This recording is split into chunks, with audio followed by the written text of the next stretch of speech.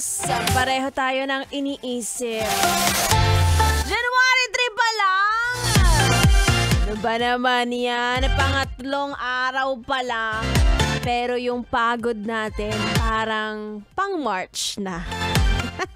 Skip natin yung February kasi mabilis lang yun. Parang isang linggo dadaan lang yun. Pero itong January, napakatagal. Ay, nako. Anyway, good morning, good morning, good morning. It's me, it's your girl DJ Ganda Wanda. Na medyo mababa na ang energy. Paano? Masyado kong binuhos nung salubong kahapon.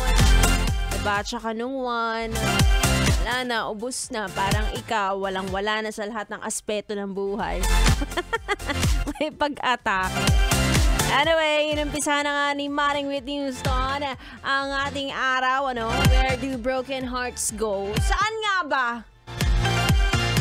Maraming broken-hearted pero hindi natin alam kung saan sila pumupunta. Yung ibang broken-hearted ba ay pumupunta sa relasyon ng iba? Hala! Sino yun? Ganun ba? Iba naman, wala talagang mapuntahan. Walang choice. Pero ito may share ako sa inyo, no? Kinig ka, dali. May kukwento ako. Lapit ka. Konti pa. Ayan. Gusto ko ganyan kalapit. Alam nyo dati, may biruan sa amin nung high school or college na kapag may nagtanong ng where do broken hearts go, ang sagot palagi ay sa bahay nila Wanda.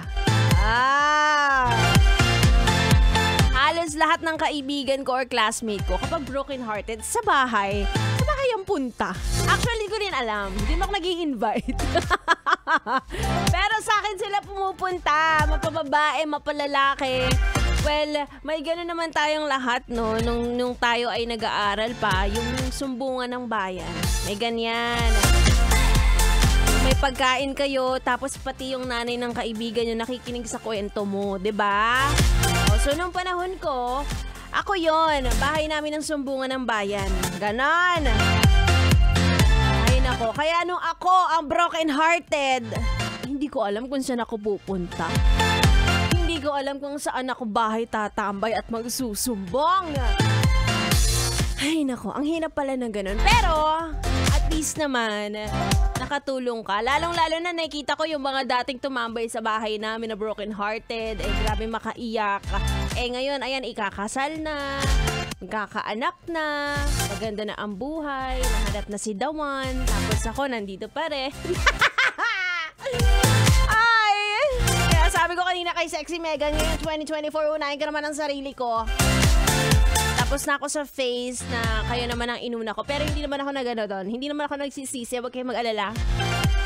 Genuine ako nung tumulong ako. Promise.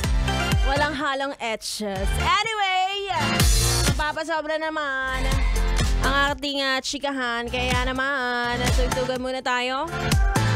Kanina, Where Do Broken Hearts Go? Ngayon naman, Victims of Love by Joe Lamont. Kasama niyo ako mga best hanggang alas 12 ng tanghali. It's me, Ganta Wanda, dito lang sa 101.1. Yes, the best.